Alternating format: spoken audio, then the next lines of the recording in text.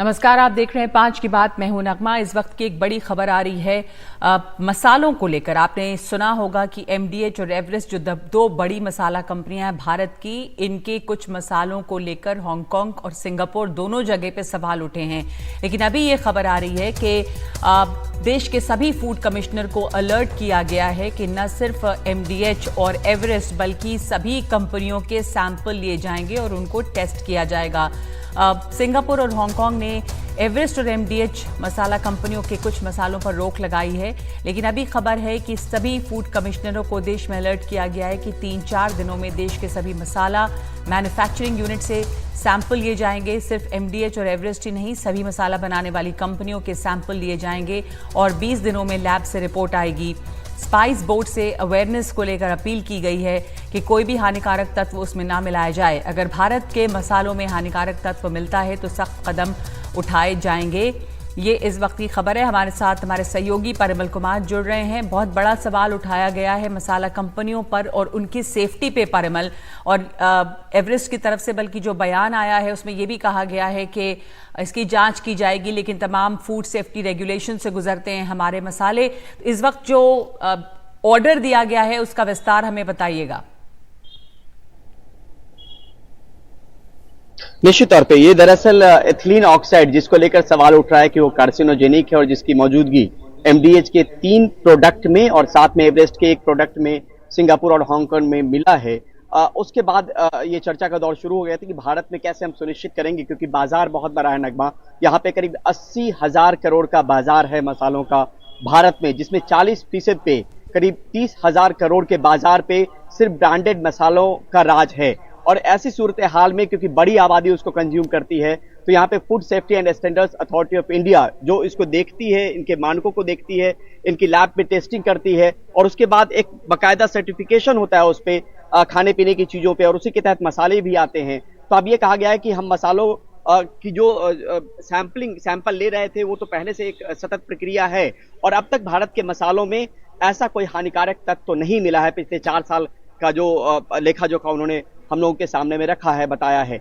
लेकिन ये जरूर कहा है कि इस घटना के बाद से इसमें तेजी लाने की जरूरत है और इसी के बाबत जितने भी बड़ी कंपनियां हैं या मसालों के बाजार से जुड़े हुए मैन्युफैक्चरिंग यूनिट हैं, उनमें तमाम 4-5 दिनों के भीतर ही सैंपल कलेक्ट किए जाएंगे और करीब 300 के आसपास लैब हैं, उसको अलग अलग लैब में भेजा जाएगा और क्रिमिनल प्रोसीडिंग्स तक के प्रावधान हैं। जो एथिलीन ऑक्साइड है वो भारत में फूड प्रोडक्ट में बैन है, लेकिन साथ में हमारे सोर्सेज ये भी बता रहे हैं कि जिस देश में आप इंपोर्ट करते हैं इन मसालों का, वहां के कुछ मानक होते हैं और उन मानकों के हिसाब से इसको भेजना होता है। तो यहाँ पर ये भी इशारों में बताया गया कि एक परमिसिबल लिमिट हांगकांग और सिंगापुर में रहा होगा एथिलीन ऑक्साइड का फूड प्रोडक्ट में, जिसके बाद ये भेजा गया और उसके बाद वो तय मात्रा से ज्यादा मिला होगा और तब ये सवाल उठना शुरू हो गया है। लेकिन हम अलर्ट हैं इस बात को लेकर, ये सुनिश्चित जरूर करने की कोशिश की है। गवर्नमेंट ऑफिशियल सोर्सेज जो हैं वो उन्होंने ये बात जरूर कही। जी, धन्यवाद आपका परिमल। ये एक क्योंकि बहुत ही ज्यादा परेशान करने वाली खबर है। अब ये हांगकांग और सिंगापुर में कहा गया, लेकिन भारत के भी हर घर में इन मसालों का इस्तेमाल होता है। जो मसाले हैं वो जिनको बैन किया गया उसमें सांबर मसाला, करी मसाला, फिश करी मसाला, इस तमाम तरह की चीज़ें हैं। तो हांगकांग और सिंगापुर ने भारतीय मसालों की सेफ्टी क्वालिटी पे सवाल उठाते हुए प्रतिबंध लगाए हैं। और जिन बड़ी कंपनियों पे उसमें एवरेस्ट है और एमडीएच है, ये दोनों बहुत बड़ी कंपनियां हैं जो ये स्पाइस मार्केट का एक बहुत बड़ा हिस्सा, बल्कि मेजॉरिटी शेयर इनके पास है। तो इन दोनों को ही देश की जो फूड सेफ्टी एजेंसी है, उन लोगों ने एवरेस्ट के 1 प्रोडक्ट का उपयोग और एमडीएच के 3 प्रोडक्ट का उपयोग करने के खिलाफ चेतावनी दी है, जिसमें एमडीएच का मद्रास करी पाउडर है, सांबर मसाला है और करी पाउडर है, और एवरेस्ट का फिश करी मसाला शामिल है।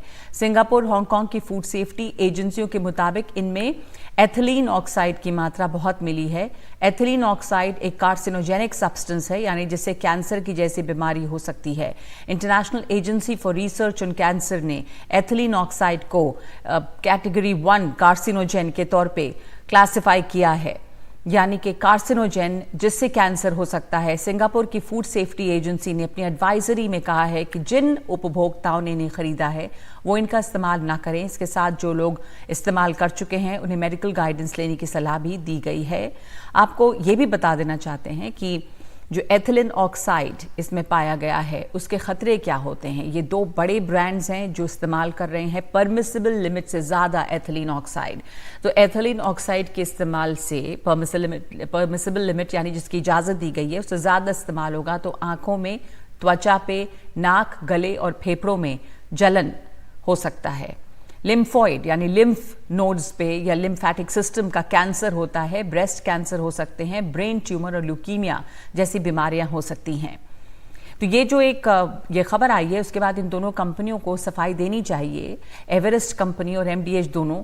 हालांकि एवरेस्ट ने बहुत ज़्यादा बात नहीं की है, एक बयान जारी किया एक अखबार को जिसमें उन्होंने कहा है कि प्रतिबंध पर एवरेस्ट का ये बयान है कि हम 50 साल पुराने प्रतिष्ठित ब्रांड हैं, कड़ी जांच के बाद मसाले तैयार किए जाते हैं और एक्सपोर्ट किए जाते हैं, साफ सफाई, फूड सेफ्टी स्टैंडर्ड का भी कड़ाई से पालन होता है, प्रोडक्ट्स पर इंडियन स्पाइस बोर्ड और FSSAI जैसी एजेंसियों की मुहर है, क्वालिटी कंट्रोल टीम मामले की जांच करेगी।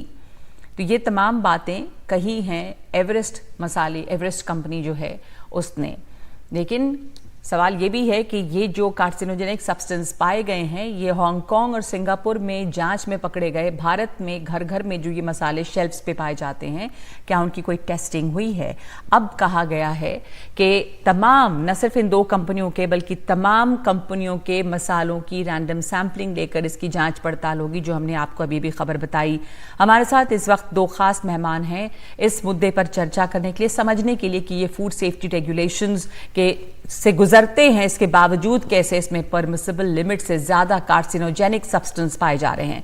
डॉक्टर मनोज शर्मा कैंसर विशेषज्ञ, doctor Anand Sharma food safety विशेषज्ञ हमारे साथ जुड़े हुए हैं। Doctor Anand Sharma, food safety किससे गुजरते हैं ये प्रोडक्ट्स, तो किस तरह से ये क्वालिटी टेस्टिंग होती है, कितनी कड़ी है? जो एक्सपोर्ट होते हैं वो उस पर शायद कड़ाई ज्यादा होगी, इसके बावजूद हांगकांग, सिंगापुर की लेबोरेटरीज की टेस्टिंग में, रैंडम टेस्टिंग में एथिलीन ऑक्साइड की मात्रा बहुत मिली है।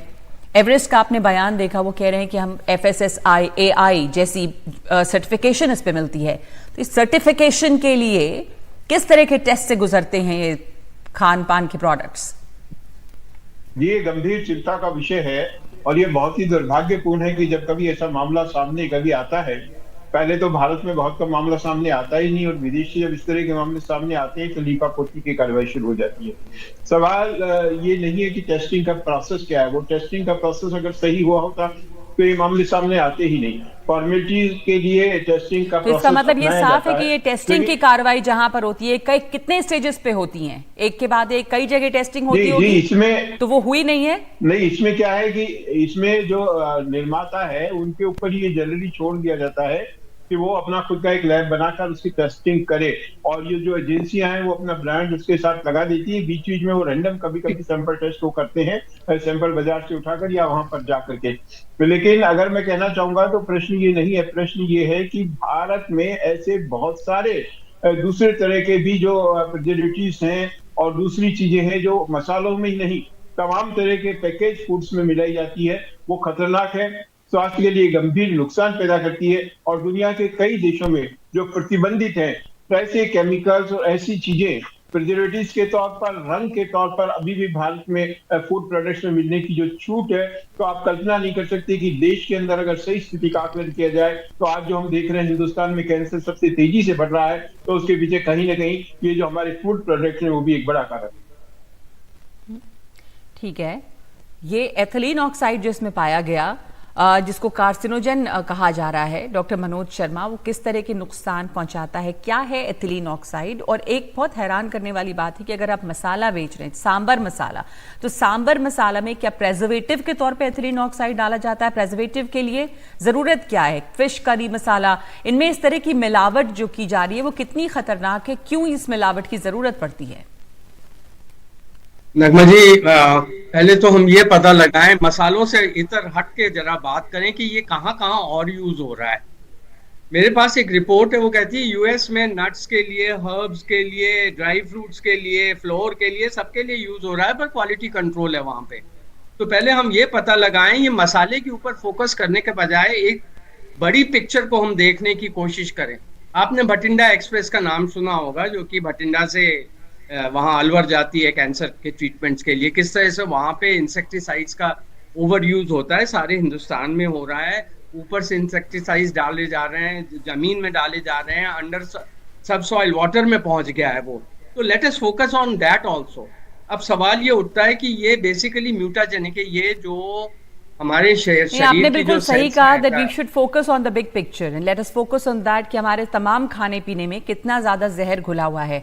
पर एक बड़ा ही लगता था कि एक हार्मलेस प्रोडक्ट है आपके किचन में, तमाम लोगों के किचन में अगर हल्दी, मिर्च, सांबर पाउडर इसमें भी मिलावट है तो सुन के, क्योंकि बहुत ज्यादा इस्तेमाल होते हैं ये चीजें और हर घर में इस्तेमाल होती है, तो मैं सिर्फ ये समझना चाह रही थी आपसे कि ये एथिलीन ऑक्साइड किस लिए इस्तेमाल किया जाता है मसालों में।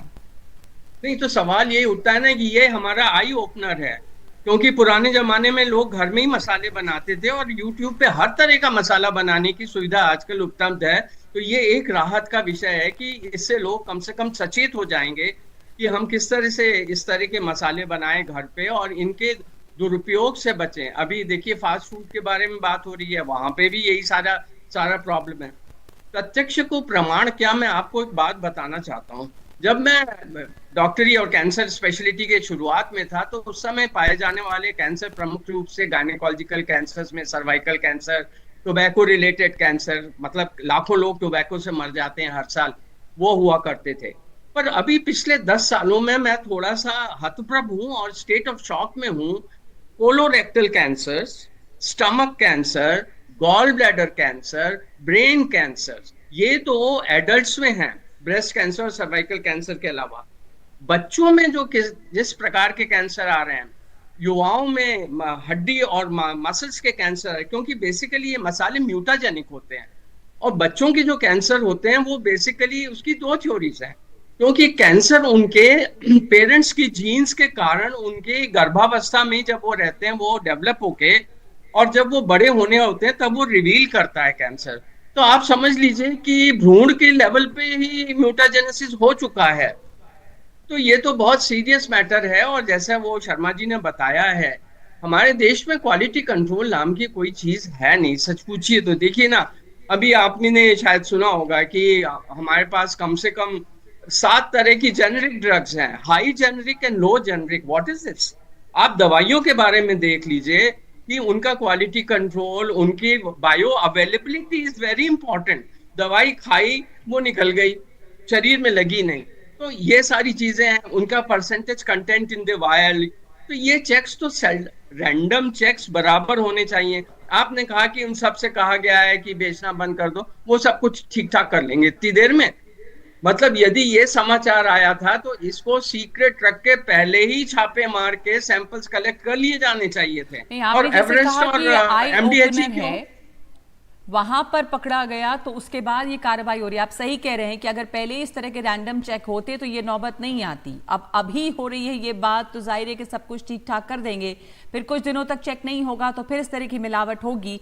अब ये जो एथिलीन ऑक्साइड एक पाया गया है वो एक तरह की मिलावट और मसालों की मिलावट। आपने बात की कि हमारे फूड प्रोडक्ट से लेकर दवाओं तक में नकली दवाएं, यानी कि जिसमें जो रिक्वायर्ड जितना होना चाहिए दवा का डोज, उससे कम की दवा जो असर नहीं करती है, उसके अलावा नकली दवा जो नुकसान करती है, ये तमाम बहुत ज़्यादा है। तो डॉक्टर मनोज शर्मा, बहुत एक हम क्या कह सकते हैं कि यहाँ पर कोई फूड सेफ्टी रेगुलेशन नहीं है, दवाओं के लिए ड्रग सेफ्टी को लेकर भी इतना बड़ा सवालिया निशान है।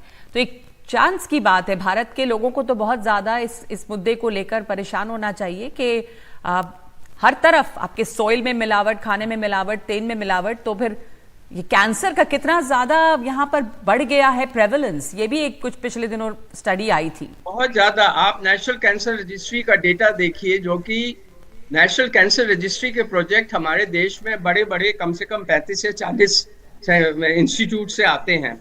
वो खुद ICMR वाले एक्सेप्ट करते हैं कि ये डेटा सिर्फ 40% है।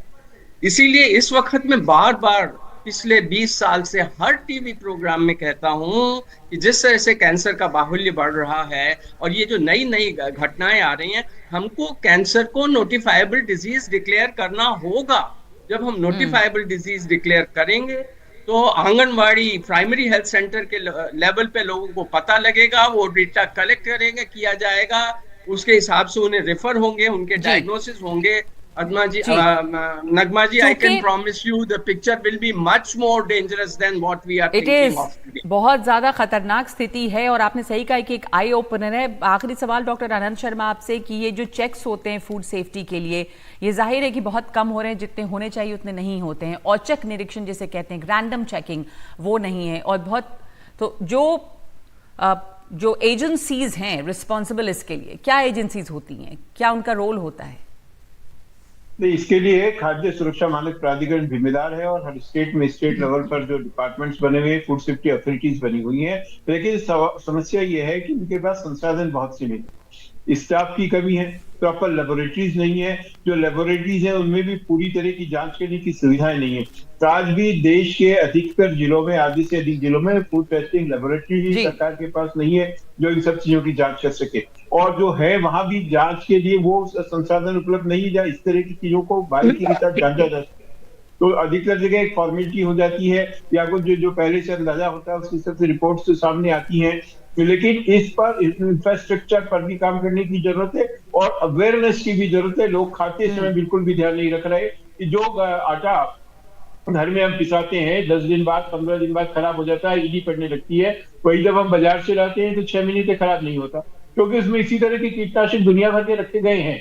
उनके लिए मजबूरी है। आज आप एक साथ मसाला काम में लेना चाह रहे हैं, तो लोगों में ये अवेयरनेस भी फैलानी बहुत जरूरी है। आपने सही कहा कि जो चीजें जल्दी खराब हो जाती हैं वो बेहतर हैं, कम मात्रा में सामान लाएं और खराब हो, बजाय इसके कि आप ऐसी चीजें लाएं जिसमें बहुत ज्यादा मात्रा में प्रेजर्वेटिव और खराब ही ना हो, वो आपकी सेहत के लिए बहुत ज्यादा खराब है। बहुत धन्यवाद आपका डॉक्टर साहब। और आनंद जी, आपका बहुत धन्यवाद हमारे साथ जुड़ने के लिए। एक बहुत महत्वपूर्ण मुद्दा है ये, जिस पर बार बार बात होती रहनी चाहिए, लोगों के स्वास्थ्य से जुड़ा हुआ है। एक ब्रेक ले रहे हैं इस समय हम 5 की बात में, और आगे आपको दिखाएंगे अरविंद केजरीवाल से जुड़ी खबर।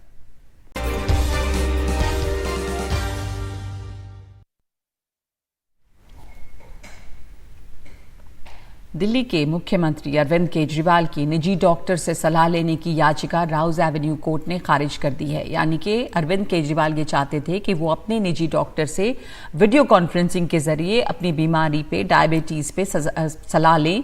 केजरीवाल ने वीडियो कॉन्फ्रेंसिंग की याचिका दायर की थी इजाजत के लिए, लेकिन केजरीवाल की इंसुलिन की मांग को लेकर कोर्ट ने एक मेडिकल बोर्ड बनाने का फैसला किया है, जिसमें कहा है कि एम्स के विशेषज्ञ डॉक्टरों की देखरेख में मेडिकल बोर्ड बनाया जाएगा। हमारे साथ जुड़ रहे मेरे सहयोगी शरद। इस समय अरविंद केजरीवाल की सेहत को लेकर क्या खबर है? उनकी डायबिटीज को लेकर काफी चर्चा रही और वो अपने डॉक्टर से कंसल्ट करना चाहते थे, पर याचिका खारिज करने की क्या वजह बताई गई है कोर्ट द्वारा? देखिए, वजह तो अभी बिल्कुल स्पष्ट नहीं हुई है इसमें, लेकिन माना यह जाता है कि आमतौर पर अगर आप जेल के अंदर हैं तो प्राइवेट कंसल्टेशन, प्राइवेट डॉक्टर से या प्राइवेट हॉस्पिटल से कंसल्टेशन की इजाज़त नहीं मिल पाती, क्योंकि अगर ऐसा हो जाए, आमतौर पर नहीं होता है, अगर ऐसा होने लग जाए तो फिर बहुत सारे लोग प्राइवेट ही इलाज कराना शुरू कर सकते हैं। तो संभवतः ये एक कारण हो सकता है जिसके आधार पर कोर्ट ने ये याचिका तो खारिज की है।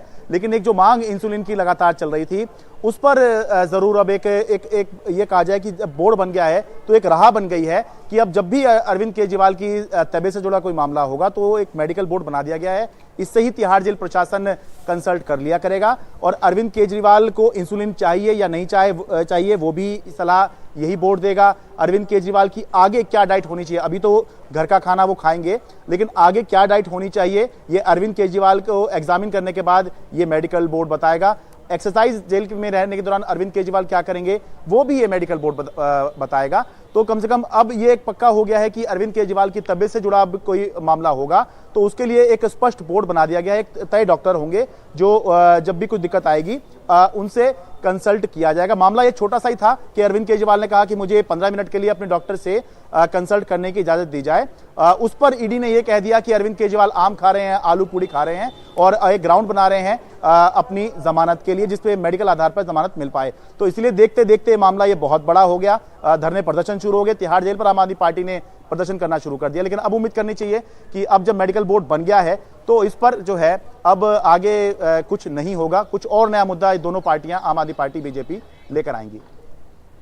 जी धन्यवाद आपका। तो अरविंद केजरीवाल की सेहत को लेकर एक मेडिकल बोर्ड का गठन किया जा रहा है जो तय करेगा कि वो क्या खाना पीना खाएंगे जेल के अंदर में, और साथ ही उनके इंसुलिन लेने के लिए या उनके डायबिटीज़ के लिए भी जो सलाह होगी वो यही मेडिकल बोर्ड देगा।